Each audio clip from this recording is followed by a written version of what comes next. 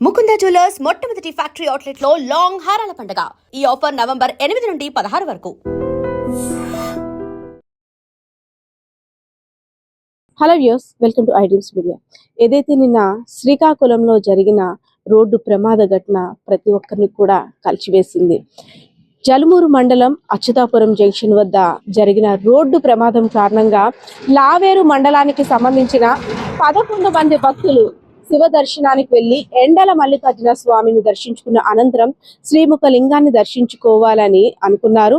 So అనుకున్న మార్గంలోనే మృత్యువు ఒక లారీ రూపంలో, వ్యాన్ రూపంలో వచ్చి ఆటోలో కూర్చున్నటువంటి అందరినీ కూడా గాయపరిచింది.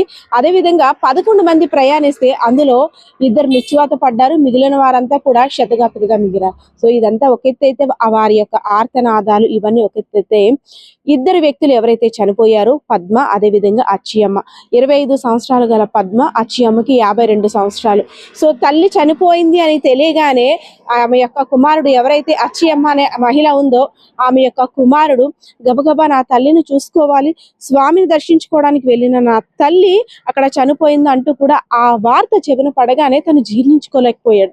ఎలాగైనా నా తల్లిని చూడాలి, నా తల్లి ఏ పరిస్థితిలో ఉందో ఏమో, అక్కడికి వెళ్ళిన తర్వాత కాస్త ప్రాణం ఉందని మాట వస్తుందేమో అని చాలా ఆశగా ఎదురు చూస్తూ వెళ్ళాడు. సో అక్కడికి వెళ్ళిన తర్వాత ఆ కుమారుడికి నీ తల్లి పోస్ట్ మార్టం రూమ్ లో ఉంది, మార్నింగ్ బాడీని హ్యాండ్ ఓవర్ చేస్తారని చెప్పాడు.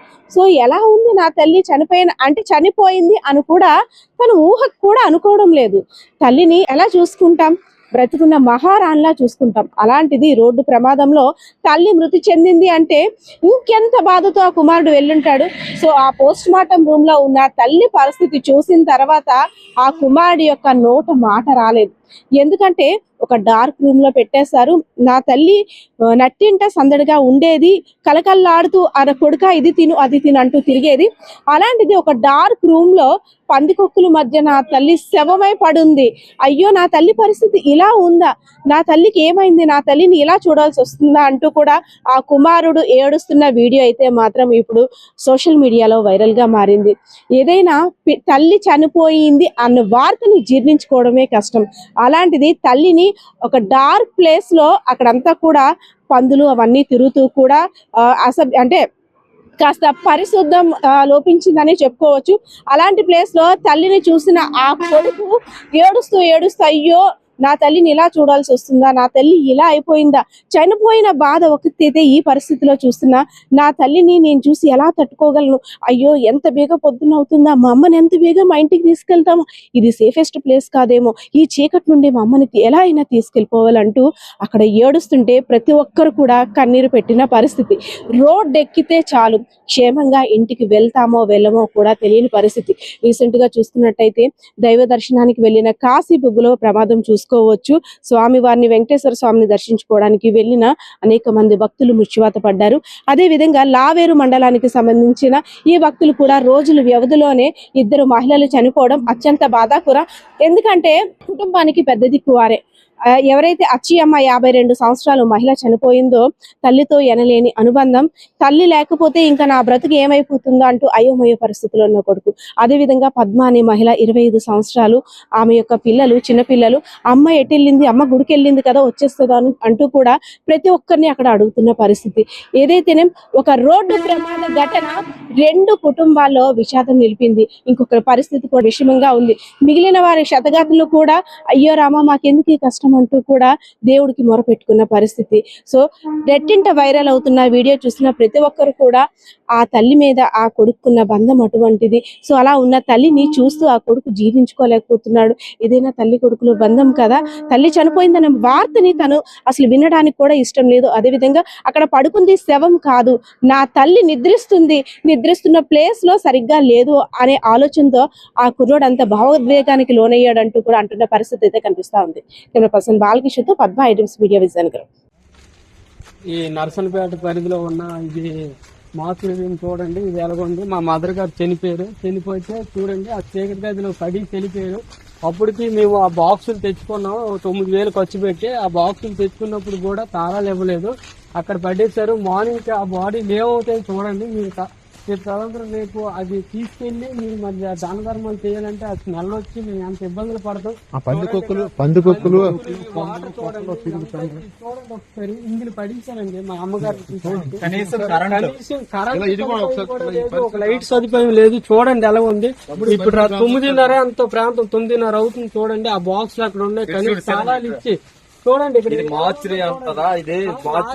అన్యాయం జరిగితే చూడండి నెక్స్ట్ ఇంకెవరికైనా సరే ఇలాంటి ఇబ్బందులు రాకూడదండి.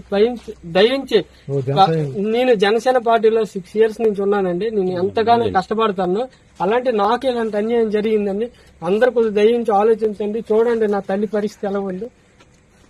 ఈ పక్కన ఒక లైట్ కూడా లేదండి, ఒక లైట్ కూడా లేదు. హాస్పిటల్ పరిధిలో మార్చరీ లేదు. నియోజకవర్గం నుంచి సీఎంలు డిప్యూటీ సీఎంలు అయ్యారు, చాలా మంది మినిస్టర్లు అయ్యారు. వాళ్ళందరూ ఉండి కూడా ఇలాంటి పరిస్థితి రావడం, ఈ మార్చరీ ఇలా ఉండడం అనేది చాలా ఇబ్బందికరమైన పరిస్థితి. పట్టాలు మేము చేసాం కానీ చూడండి ఒకసారి చేసిన పరిస్థితి చూడు, ఇది ఎలా బయట కిటికీ ఓపెన్ చెప్పాలి. ఇలా ఉందండి. అన్న లేక పెట్ట 4 గంటల నుంచి ఇదే పరిస్థితి. మార్చరీ అంటారు అనుకుంటాం ఎవరైనా. ఇంత ఘోరంగా ఉంది దీన్ని మార్చి అంటే అది అసలు ఎలా ఉంటదో కూడా తెలియదు.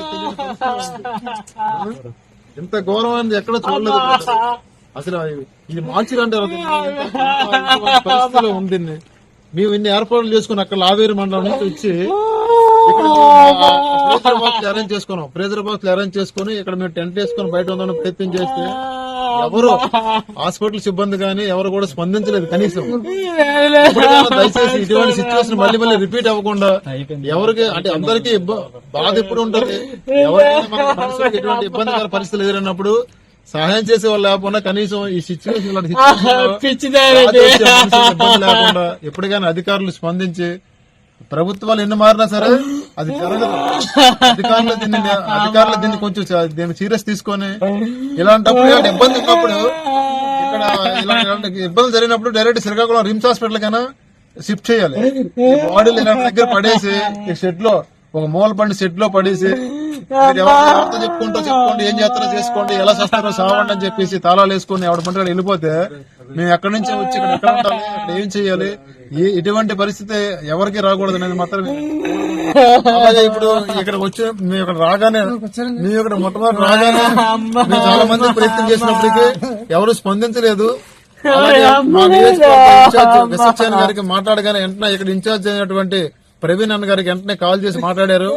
ఆయన సాయంత్రం 6 గంటల నుంచి ఆయన ప్రయత్నం చేస్తూనే ఉన్నారు. గురేంద్ర బాక్సుల విషయంలో గానీ, ఈ తాళాల విషయంలో గానీ, ఈ మార్చరీ అంటున్నారు. కరెంట్ లేదు, కనీసం కరెంట్ లేదనే విషయాన్ని కూడా అధికారులు గుర్తుంటలేదో తెలియలేదు. ఇది మార్చరీ అంటారా? ఇది మార్చరీ అంటారు. ఇదే ఘోరమైన పరిస్థితి ఎక్కడా లేదు. ఇటువంటి ఇలాంటి సిచ్యువేషన్ లేదు. సరే ఆయన ఎంతో ప్రయత్నం చేసినప్పటికీ ప్రవీణ్ గారు కనీసం ఎవరు రెస్పాండ్ అవ్వలేదు. దయచేసి ఆయన మేము కోరేది ఒకటే, ఉదయాన్నే వచ్చి ఇలాంటి పరిస్థితుల్లో ఒకసారి మీరు ప్రభుత్వం దృష్టి తీసుకెళ్లాలి, ఇటువంటి రిపీట్ అవ్వకుండా చేయాలని ప్రవీణ్ గారిని కూడా మేము విన్నవించుకుంటాం. దయచేసి ఆయన ఉదయాన్నే ఒకసారి వచ్చి ఈ సైట్ విజిట్ చేసేసి ఇక్కడ ఉన్న నాయకులందరికీ కూడా బుద్ధి వచ్చేటట్లు దీన్ని పరిష్కరిస్తారని ఒకసారి మనస్ఫూర్తిగా కోరుకుంటున్నాం.